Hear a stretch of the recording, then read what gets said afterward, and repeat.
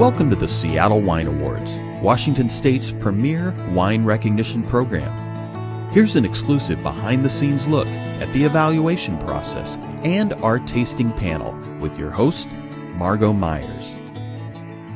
Welcome to Seattle's historic Rainier Club, the site of this year's judging for the Seattle Wine Awards. I'm thrilled to be joined by Joel Butler. He is a Master of Wine. He's also president of the Institute of Masters of Wine, as well as a wine educator and writer. So tell me about what you're noticing about Washington wines at this year's judging so far. So far, we've found primarily some very well-made wines, not too many flawed, which is good. And the best part is that the wines that have been the best don't show a whole lot of oak influence. You know, they've been very moderately oaky, which is good because we let the fruit stand through and the character of the grapes and the region standing through, I think, pretty well. Joel, you've been judging the Seattle Wine Awards now for a few years. What have you noticed in the past couple of years? I think what I've noticed, especially, and we've commented upon it this particular round as well, that there's much better winemaking going on, and that's great. That's what we'd like to see. As well as wines that have a lot more definition of flavor and fruit character, and that's another part that means the vines, A, are getting older, and probably as well people are getting better at it because they've had the experience to develop what they're working with.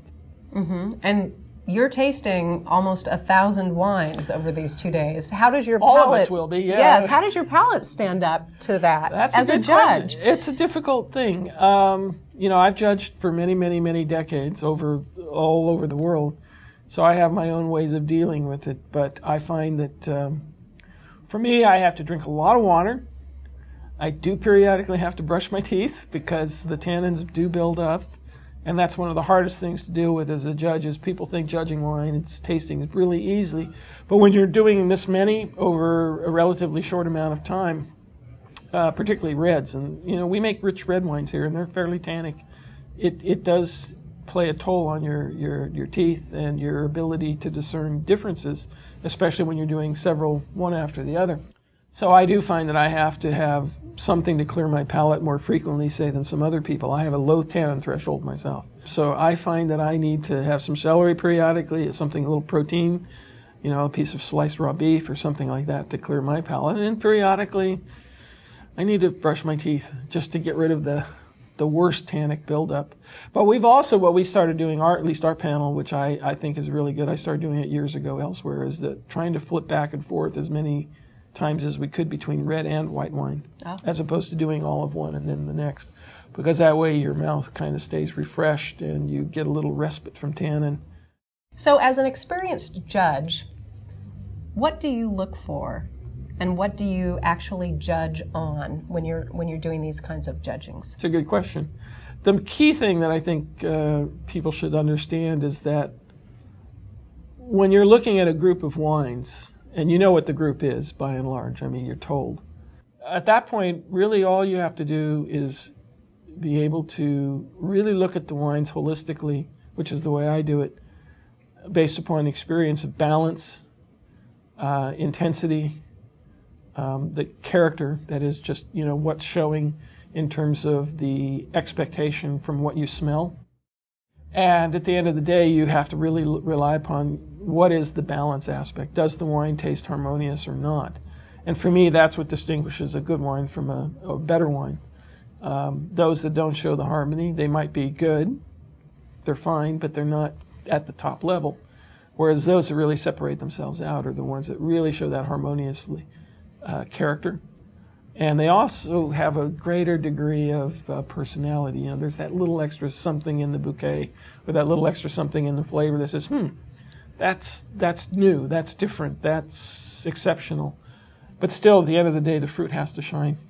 So I look at balance. That's the key thing, balance and intensity. But not being too extracted.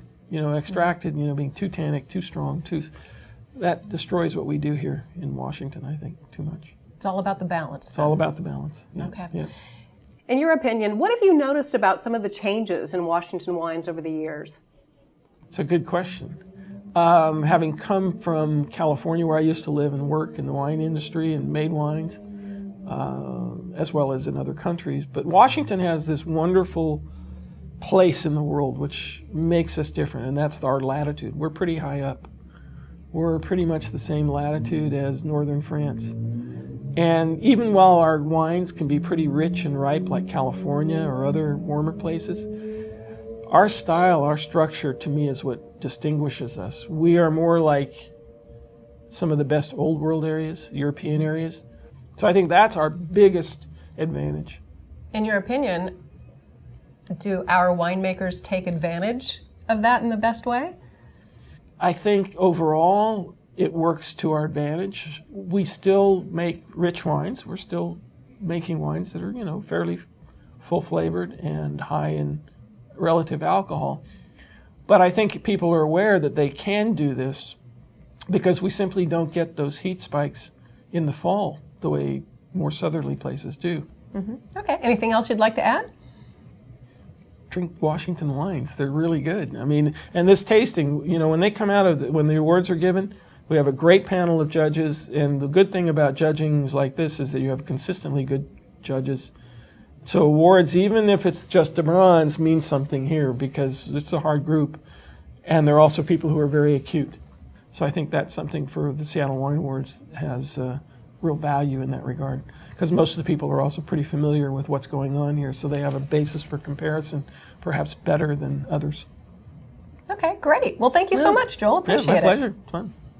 For more information, visit SeattleWineAwards.com. Friend us on Facebook, follow us on Twitter, and watch more videos on the Seattle Wine Awards YouTube channel.